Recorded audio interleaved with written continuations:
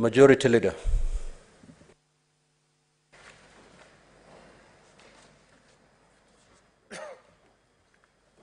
I thank you, Mr. Speaker. Mr. Speaker, I beg to move that the Senate adopts the report of the National Dialogue Committee laid on the table of the Senate Wednesday, the 14th of February, 2024. Mr. Speaker, sir, this is a culmination of an exercise, at least outside of the House, this House, Mr. Speaker, that consumed a significant amount of time from those of us that participated in all the hearings, and the minutes are attached for members to confirm how many meetings we sat in at the Bomas of Kenya and other places within the Republic of Kenya. Mr. Speaker, we are all aware of the circumstances that led to the establishment of the National Dialogue Committee, that there were very challenging times for us as a republic, and therefore, in the prevailing wisdom of various stakeholders in this republic from within and without of our nation, it was felt that it was important that at the very least we should talk to each other, at the very least, the very bare minimum, that even though we may not agree eventually on even any single item that was put before us, but we were asked to at least converse and hear each other out. Growing up, Mr. Speaker, my mother told me there are two things for which you are almost being reckless if you choose to pick an argument with any person about. Number one is religion. Trying to sit across the table, say if you're Christian, with a Muslim or a Hindu, a Buddhist, and trying to prove to them why you're right and they are wrong, sometimes and most of the times is an exercise in futility. Second, after that, Mr. Speaker, is on the sticky topic of politics. How we view things, our perception, our beliefs, our ideologies, it's never easy to agree. And therefore, Mr. Speaker, I went into this committee acutely aware that perhaps there might not be even a single reason or point of convergence that is likely to emerge out of the conversations we were having with our colleagues from the Azimio One Kenya coalition. But I report to the House gladly, Mr. Speaker, that to my surprise and that of many, that we almost actually virtually agreed on all the topics that were placed before us and have returned to the House a report which we want you to consider, read. The report, Mr. Speaker, for those members that are yet to interact with, is on our digital platforms. It's quite voluminous. I doubt if it will be intelligent of us to be the country that is leading the conversation on climate change and yet still printing thousands of pages of documents for its parliamentarians to use. Yet from a casual look at the House, Mr. Speaker, everybody here is digitally literate. Therefore, this report is in our gadgets, Mr. Speaker, and I believe members can take time to read and reflect, confirm and counter-check the points that I will raise from the conversations that we had. So, Mr. Speaker, I report to the House that we agreed on most of the issues, actually, some of which I had serious doubt that I could be convinced or persuaded otherwise by our colleagues from Azimio. But having taken time to listen to them and understand where they are coming from, we met somewhere in the middle, as is so typical of us as a Kenyan people. Mr. Speaker, many people say many things about NADCO and their preceding committee, and we have referred to their work in this document. Remember, Mr. Speaker, that earlier on we had moved a motion here setting up a dialogue committee made up of purely members of Parliament. They didn't make much progress, but they covered serious ground and laid the foundation for the work that us, the succeeding committee, eventually completed. So I'd wish to celebrate them even from the onset, that the team that sat at Bomas, I believe, as well, that had distinguished members from this House and the lower house, Mr. Speaker, they laid the foundation for us as a committee, that when we later on sat and retreated Mr. Speaker, we referred to many of the documents that had already been presented. In fact, the working framework, Senator Mogeni will confirm, and the rules of engagement, we actually picked word for word what they had previously used with very minimal amendments, Mr. Speaker. Therefore, we have brought to you, colleague senators, the findings of this committee so that we get to hear your thoughts on the same. By passing this report, let me be clear on this so that members understand. There are various ways through which Parliament and Senate, to be specific, makes its decision. A resolution of the House is a decision as well, with the full force of law and enforcement, because this is a gathering of the Parliament of the Republic of Kenya. Yet, further down the report, Mr. Speaker, we have attached various statutory instruments which will have now to be considered individually. We have constitutional amendment bill, which you will have to read and consider, and I believe later on, Mr. Speaker, when we begin that process, both you and your counterpart from the lower house will have to guide both houses of parliament on how to carry out this constitutional amendment, especially given that this is a bipartisan process and therefore there is need to carry the views of everybody on board. There are various legal documents also, acts of parliament, not acts of parliament, proposed bills for consideration by this House, Mr. Speaker. Various policy positions that we felt we can address them by statute alone. And therefore, those bills are further attached in the report. You'll find bills on IEBC and so on and so forth that I'll be speaking about later on. Then there are further policy propositions, Mr. Speaker, that we have made a decision on and have said that as a committee, this does not even require Parliament to do anything. You have sufficient laws to govern it, but perhaps those that are charged with the implementation of those policies have not been keen enough, Mr. Speaker, or haven't been diligent to ensure that those policies are adhered to and Kenyans are guided by those particular directions. And therefore, the same have equally been proposed, Mr. Speaker. Therefore, let me go straight, Mr. Speaker, to the 5 or 6 issues that we considered when we met, Mr. Speaker, to begin. Of course, you are aware that there was an election in 2022, and that's why we have members of the Senate here. And there were pronouncements made by the IBC, and there is a population that felt hard done by our constitutional organs, that is the the Independent Electoral and Boundaries Commission, Mr. Speaker, and the Supreme Court gave its verdict of the same as it's provided for in the Constitution. Yet, there was nothing that you could do, Mr. Speaker, to convince some of our colleagues here and other Kenyans that ascribe to their political views that the elections were free and fair. And like I said, Mr. Speaker, earlier on, religion and politics are very difficult subjects, and sometimes to convince people isn't the easiest of conversations. There are those who hold a particular view, and there's nothing you're likely to do to change that particular view. And therefore, as a country, Mr. Speaker, it is important that we keep channels of communication open so that at the very least, Mr. Speaker, you get to understand and be persuaded by each other. In my own humble opinion, Mr. Speaker, I haven't lived on this earth long like many of my colleagues who are here. Perhaps I'm among the youngest. But at least I know one thing, that the very reason why Kenya continues to be a republic is the fact that over the years, that when we've had moments of difficulties, when we have had challenges, we have always found ways within a month and sometimes or even 2 at most of closing ranks and reasoning together and finding a way of amicably living together, Mr. Speaker. That we have always found internally good reason to still remain united as a country as opposed to disintegrating as has happened to many of our neighboring countries, Mr. Speaker. The reason why this country perhaps has never gone to war internally, Mr. Speaker, is because of such initiatives. And therefore, I'd wish to make mention to colleagues that never make light of initiatives such as this.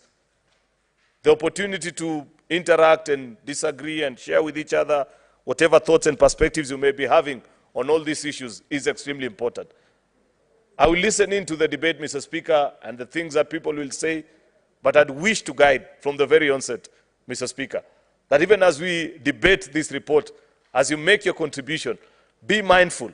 This is an opportunity to rise above petty politics, which we can do, and we have sufficient podiums to do out there in our constituencies and the places where we politic and say those kind of things, but be guided by the very spirit that guided this conversation, Mr. Speaker. If we had gone there and turned it into a conversation of ego measuring contest, Mr. Speaker, we wouldn't be having this report. And therefore, I plead with my colleague that as we consider, you may not entirely agree with everything or even some of the things that we've said, but at least respect the integrity of the process and the work that has gone in.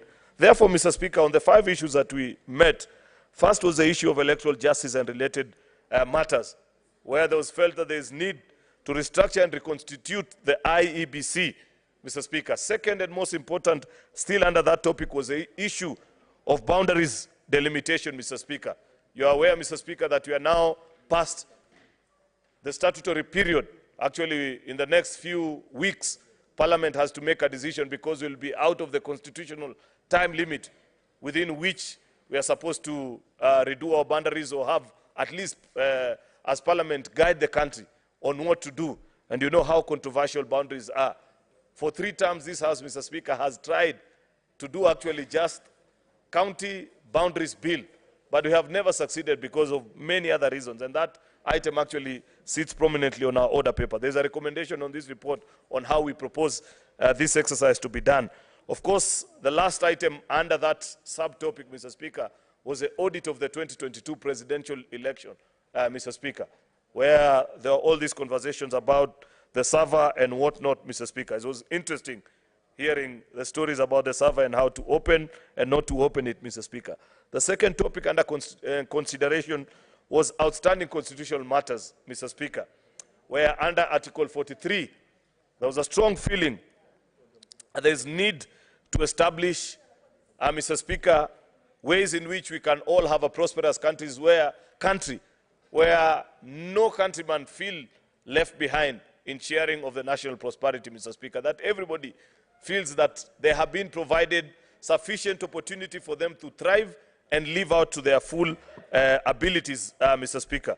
And therefore, cost of living and such related issues featured prominently under that subtopic, Mr. Speaker. Implementation of the 2/3 gender rule featured under the discussion, and this is one of the areas where I'm disappointed in the report, and therefore we will have to make a bipartisan decision. We thought we had cracked it, Mr. Speaker, but in the last minute there were certain changes in views and perspective about the topic, and I believe this House is not lacking in men and women who believe in this gender inclusivity conversation, and therefore, at the time of the consideration of this report, you may want to guide us how to go about that particular, because I know, and I have seen many of our colleagues in the time that I have been in this House, Mr. Speaker, try to resolve this particular issue with very minimal success.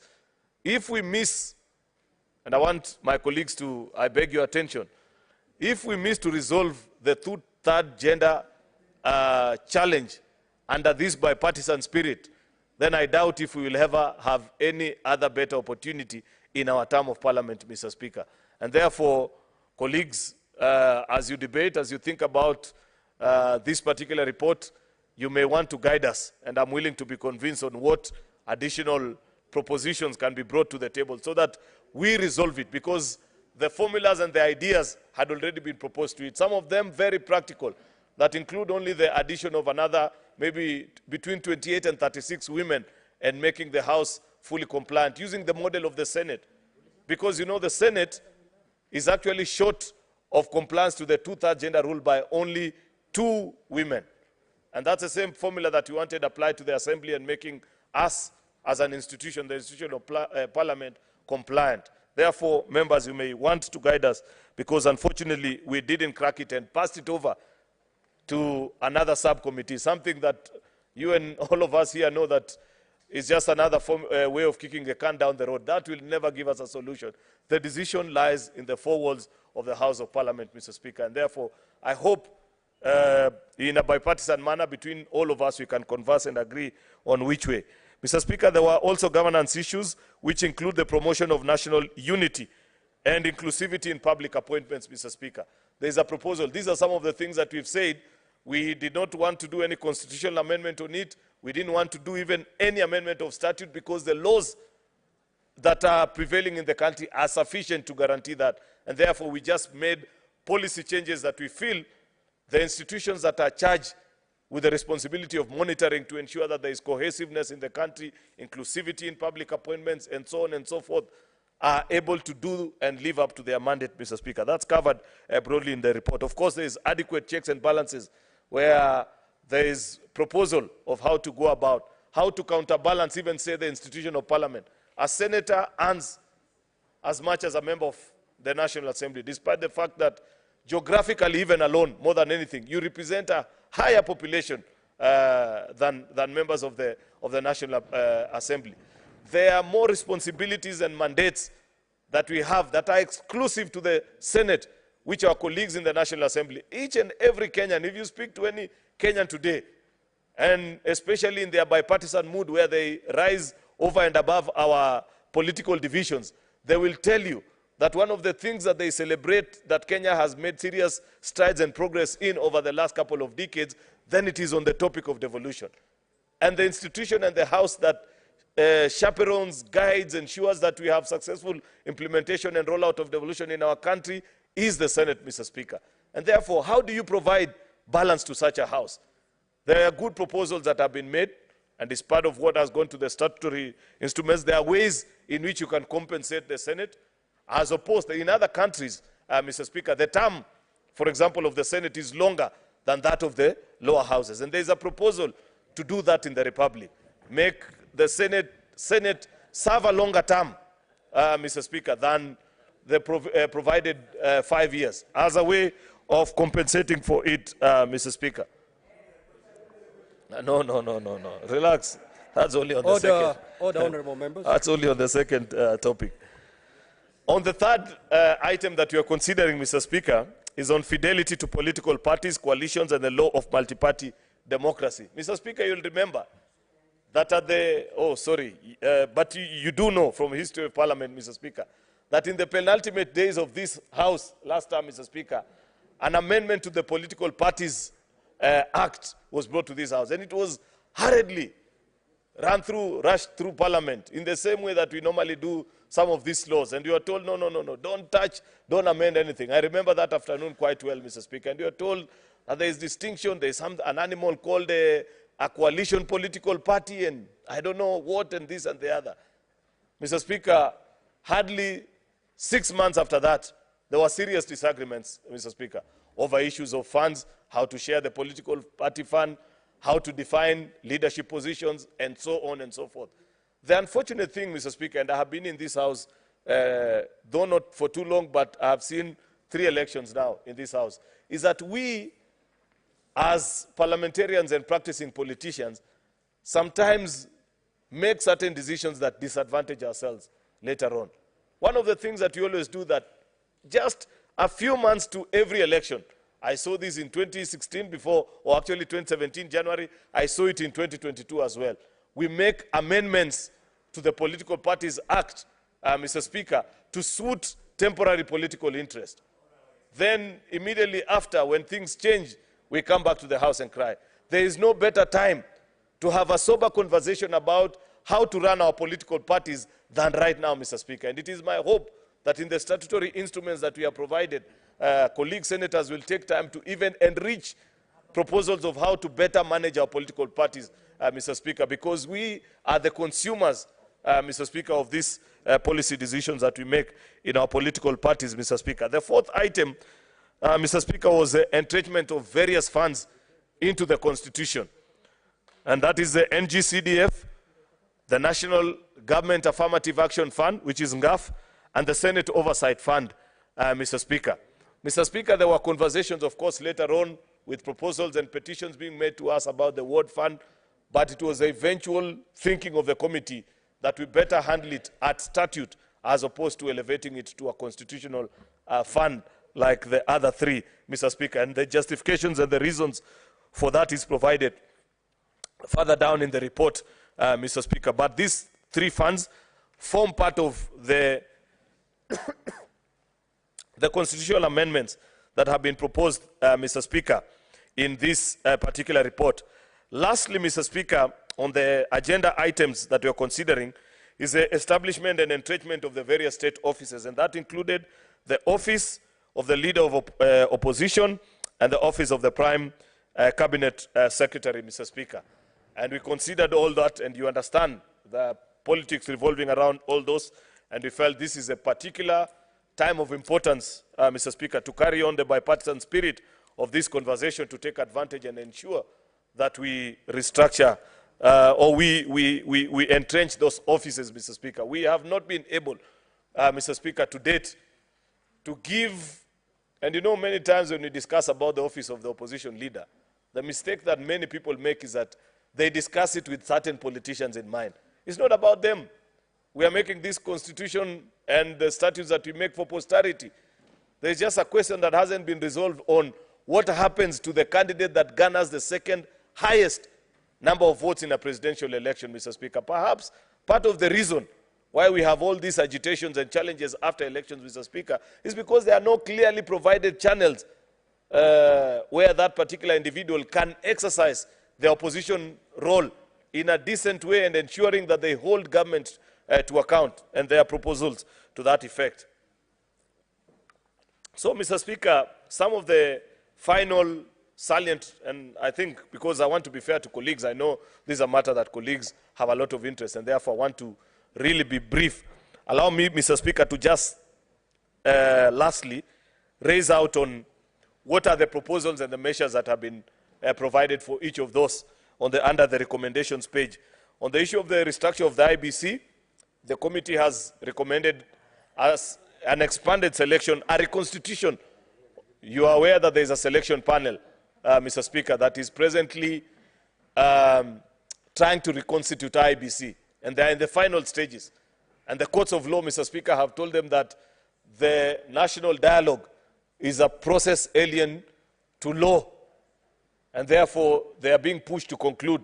While that is happening, Mr. Speaker, we feel, Mr. Speaker, that the best way to address this particular issue is, one, to reconstitute the selection panel. And you remember there were ideas about how to do it. I remember when we passed the IBC amendment law here, I think Senator Oburu had filed a certain amendment on the distribution of the 9 members of the selection panel. I think Catherine Muma also had an amendment. And therefore, we have listened to each and every player, tried to include other stakeholders. You know, there is a fallacious thinking, Mr. Speaker, in this country that elections are just about politicians. No. In fact, it is more about other Kenyans more than us politicians. We form a very small minority. Yet sometimes when you are doing inclusion of IBC selection panel and who gets to sit in IBC, we think only about the political class, Mr. Speaker. Therefore, there is better proposal on how to form the selection panel, growing the number. Presently, there are 7 members of a selection panel, Mr. Speaker. 4 from Parliament, that is 4 actually from Parliament, and 2 from, I think, interreligious bodies, and 1 from LSK. That makes it 7. We felt that there was a better way of handling. Of course, Mr. Speaker, you are aware that one of our colleagues, Senator Mtata, has taken himself to court because he's a parliamentarian, and every time he goes to court, it means he has sued himself, and successfully so, because the courts have agreed with him that Parliament, not this particular one, but the previous Parliament, remember when we did the IBC amendment law, we arrogated ourselves 4 positions out of 7 in the selection panel, where the courts felt that that was too much from one institution. And therefore, we have reduced actually in this particular one from that 4 to 2 and distributed it to other interested parties, including professional bodies like LSK and auditors, Mr. Speaker. There was a big fight why LSK was needed in it, but eventually it was agreed that they will have 1 nominee. Of course, on audit of the 2022 presidential election, the committee recommended, Mr. Speaker, that this House, and there'll be a process through which the majority and the minority side will agree on the appointment of a team of experts who will evaluate the 2022 electoral process. Mark the difference in what? There's a difference between an election, which is an event, and the process that led us to that particular election, Mr. Speaker, and evaluate mechanisms that can be used for future elections, Mr. Speaker. On boundaries delimitation, the committee has recommended that the intervals within which review of boundaries may be done with the resolution of Parliament, investigation of claims of marginalization by the relevant body, and made provisions for fast-tracking of a legal framework for review of county boundaries as provided under Article 188. And you know there's a bill already before the floor of the Senate on this particular issue, Mr. Speaker. Therefore, the two resolutions on that particular matter, Mr. Speaker, is one, a speedy reconstitution of IBC, and secondly, setting up of that body as enshrined in Article 188. On the outstanding constitutional matter, the committee made several recommendations which centered on providing relief to Kenyans with regard to the cost of living, how to rationalize government expenditure, and it's important for colleagues to know so that later on, when the clerk of the Senate applies some of the reprieve to taxpayers provisions that are in this report, you don't hang members of our staff. There are interesting proposals, for example, on what level of government officials, anybody who travels on taxpayers' money. You know many times that even for a 1-hour flight, sometimes members insist that they must travel on business.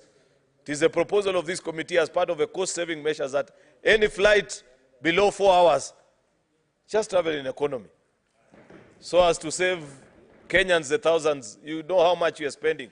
And this is not to Parliament alone, to the entire, anybody who travels on taxpayers' money. That is a whole conversation about it, and so on and so forth. So many other measures, including certain levies that are in the petroleum products. There are about 2 or 3 levies that we have recommended removal of. Unfortunately, on that one, we have no say because it's purely a tax matter which will be handled by the lower house, Mr. Speaker.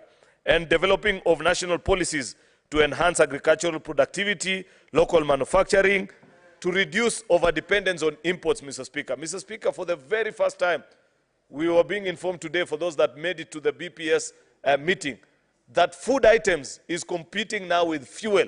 How can we live like a supermarket, surely? Yet we don't have the money to live like those Arabs who have oil. How can we be importing more food than fuel?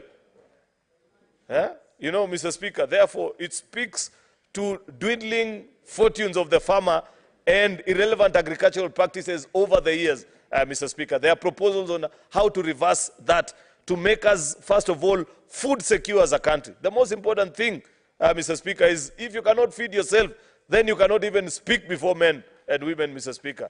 And that is the unfortunate situation that we find ourselves as a country, Mr. Speaker, as we turn 60 plus. And therefore, there are proposals on how to ensure that you place the needs of farmers must be respected. Mr. Speaker, I one time traveled to, I can't remember the exact state in the US, but while we were queuing on the airports, Mr. Speaker, there was a very interesting signage. He said, if you are a farmer or a military person, please jump the queue. The military men secure the country for us, the farmers feed us. They should not queue, let them hurry. That kind of thinking, Mr. Speaker, needs to guide us as a country, and remember that because we neglected our farmers over the years, that is why we have found ourselves in this situation where many people have quit farming or agriculture generally, Mr. Speaker, as a means of livelihood, Mr. Speaker, because it's not profitable.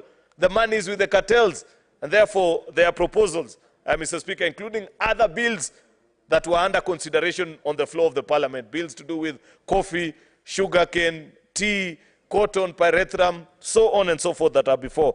On the implementations of 2/3, I don't need to repeat and take time, Mr. Speaker. I've explained the challenge that we ran into, but I look forward to having a bipartisan conversation because, like I said, and I want to repeat this, Mr. Speaker, if we miss this opportunity to address the 2/3 gender question during the NADCO report consideration phase, the House of Parliament will not be able to raise any other quorum at any given time, Mr. Speaker, to address that question. So we must find ways of introducing whatever amendments are necessary, Mr. Speaker, so that we resolve this particular issue. And I have said, having looked at all the formulas that have been brought before this House, that came before NADCO, the Senate route, Mr. Speaker, still continues to be one of the most practical about it. If you apply it, Mr. Speaker, say in the Assembly right now, and with a small modification, Mr. Speaker, that includes addition of the women, county women MP position already as an affirmative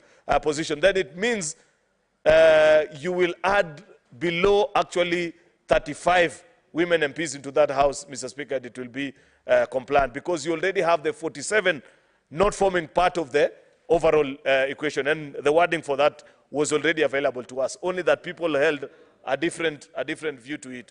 We will listen to your conversations about it. On governance and issues, including promoting national unity and inclusivity, we have said, Mr. Speaker, that legislative interventions to guide the process. Many people came to us, Mr. Speaker, that they are feeling marginalized in their counties.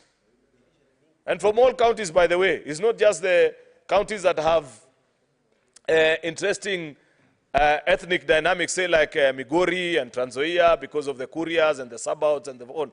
Even in counties like Homa Bay, it will interest you to know, Beatrice, that there is a clan that came and said that our clan has never come close to leadership. I'm forgetting the exact name of that particular clan, and they said, over Kanyapir. Yes, that, I've been reminded that particular name. And they wanted their own distinctive way of being addressed. These are issues that we can address legislatively, which is the same assurance that we gave to our colleagues who came from this other place, that Senate, and this is something that you colleagues senators must find ways of addressing, marginalization.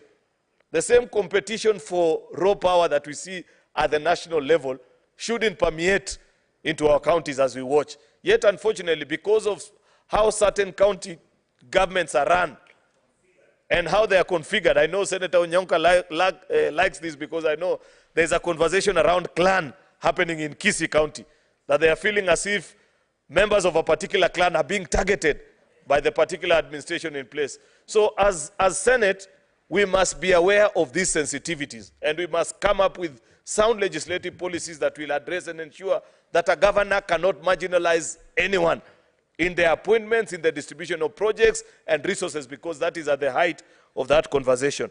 On the adequate checks and balances, I had already addressed myself to it. Fidelity to political parties, I have mentioned. Of course, entrenching of funds, there is constitutional amendment on the 3 funds. I said on the Ward Development Fund that it was our feeling that we can enshrine it in statute, so that we leave it to the various county assemblies to determine.